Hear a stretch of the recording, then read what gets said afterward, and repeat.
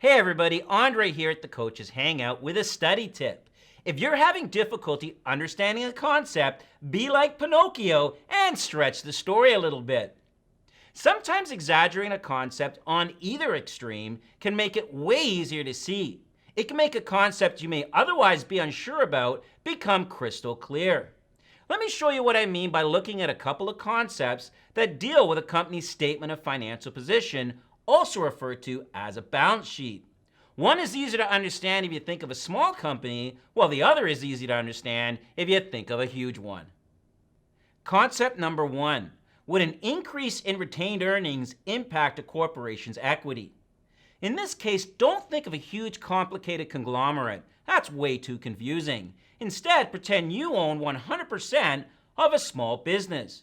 Ask yourself if that business earns $1 million, I'm exaggerating, and you retain all that money in the business, how would it impact your equity in that business? It's easy to see your equity would go up and you would be one happy camper. Concept number two, would a change in the price of common shares trading in the secondary market impact the issuing corporation's equity?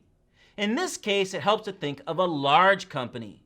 Ask yourself, if you were desperate for cash and you decided to sell your shares at a huge conglomerate like Amazon at a rock bottom price at 2 a.m. during a poker game, do you really think that would directly impact Amazon's financial statements?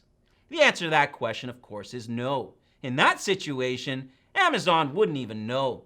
To use an analogy, this is no different than selling your home in the secondary housing market. The sale price would impact you as the seller, and it would impact the buyer, but it would have no direct impact on the builder, even though they were the original issuer of that home. We dive into this concept a little more in the SeeWhy Learning study guide.